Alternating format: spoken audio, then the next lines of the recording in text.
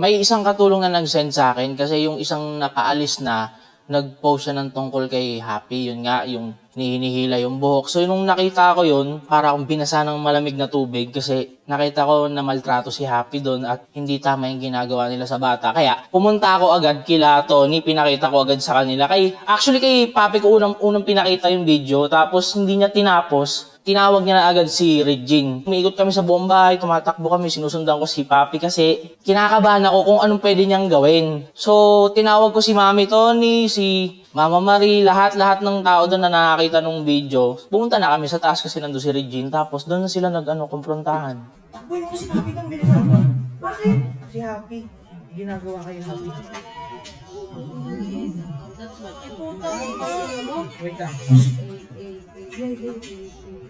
Ay, putang ina mo. Ay, putang ina. Bakit sila pinutan? Sino yan? Si Regine. Si Regine? I-record sila nung isang umalis dito. So, ginagawa nila kay Happy. Saan si ate? Sino yan si Regine? Baby, nandun na si Papi sa taas. Umakyat na. Sino yung nasa yan? Andyan? Nasa siya? Si Regine yung sabi nun? Si Regine yung sabi? Ate, halika dito. Kunin mo si ano? Hindi ko putang ina yan. Kunin mo, dali. Asan si Papi? Pinapanood sa akin ni Papa Odi yung video and pinipigilan niya ako. Gusto niya akong kumalma and tapusin yung video. Pero ako hindi ko na kinakaya. And hindi ko kayang tapusin pa or ipaprolong pa yung nakikita ko. Kaya lahat ng naipon kong galit sa katawan na kinikimkim ko, nabuhos ko talaga that moment. Talagang hinahulughog ko na yung buong bahay ni Ate Marie. As in, wala na akong pakialam kung madisrespect ko siya, kung gumagawa ako ng skandalo nun. Ang akin lang, gusto ko lang talaga silang hanapin. Kaya hinalughog ko talaga yung buong bahay. Nagsisigaw na ako. Ayoko nang palampasin yung yung pagkakataon na yun eh. Kumbaga yung moment na yun, gusto ko na siya agad harapin. Ayoko nang tapusin kung ano pang ginagawa namin that time. Kaya ayun, talagang sigaw na ako ng sigaw. Labas mo yan! Asan na? Labas mo yan! Inang yan! Asan ba? Asan? Asan? Bakit di mo siya? Kangina, pinalagpas ko yung ginupit niya yung kamay ng anak ko, ha? Asan ba? Asan ba? Asan ba? Bigyan!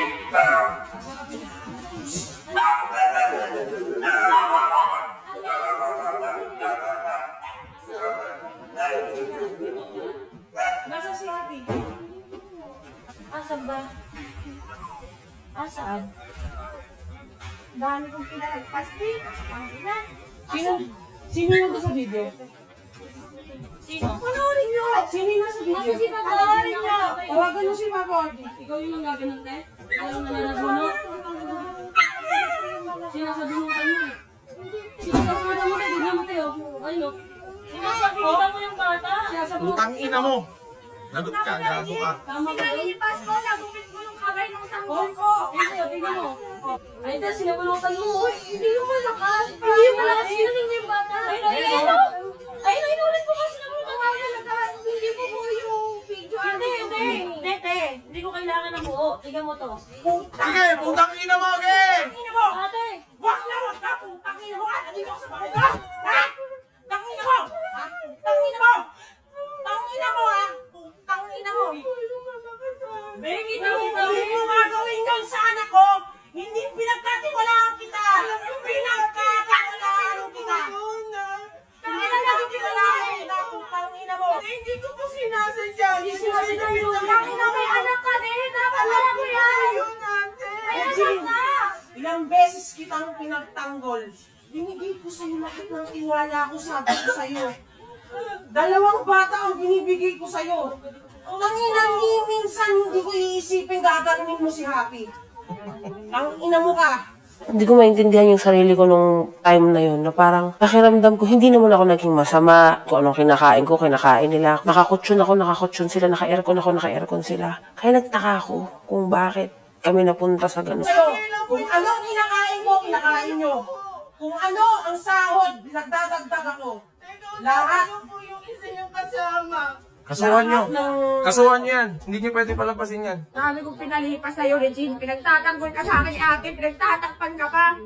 Tang ina! Yung sa ko naman po ni Happy, hindi ko naman po yun talaga sinasadya. Oy, pero yung nasa video. Gusto nga yun, di ba? Nag-sorry ka sa akin, wala. Sabi ko, Regine, sige. Pero tangina si Happy!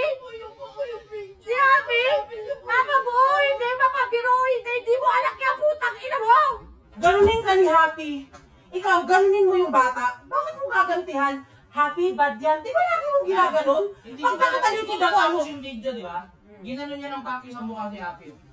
Hindi po yung laro. Kita sa video, panoorin niyo. Lahat kami gulat na gulat sa napanood namin kasi nga sila yung pinagkakatiwalaan namin sa mga bata. Sobrang gumagrabe yung nararamdaman ko and naiipon lalo yung galit, kung ano-ano yung halo-halo that time na talagang hindi ko talaga mapigilan, gigigil ako kaya talagang sumugod na ako. Hindi na ako nagpapigil sa kanila. Yes, sir! Ate! Maris! Nakiyakas ka ngayon, yung gago.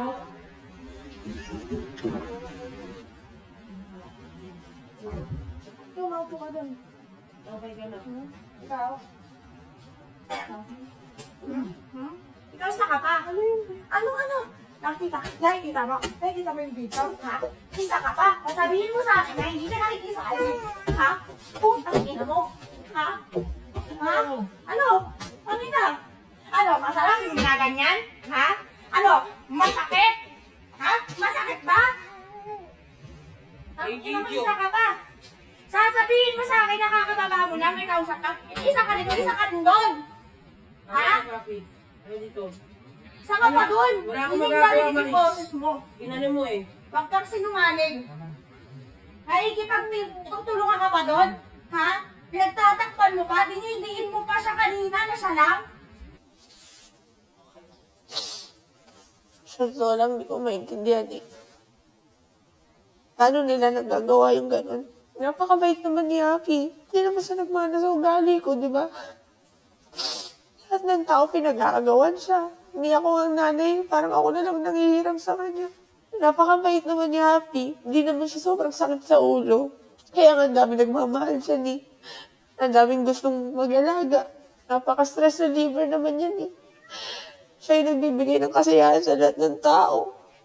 Kaya di ko mag-gets.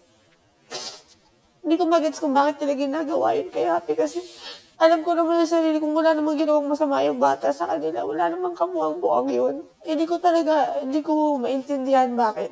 Yun yung tanong hanggang ngayon. Na bakit kaya nila nagawa?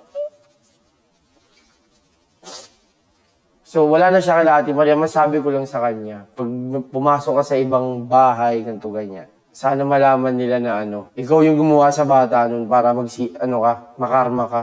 Total, lalabas naman siya dito, lahat ng pag-a-apply niya, tandaan yung mukhang yan.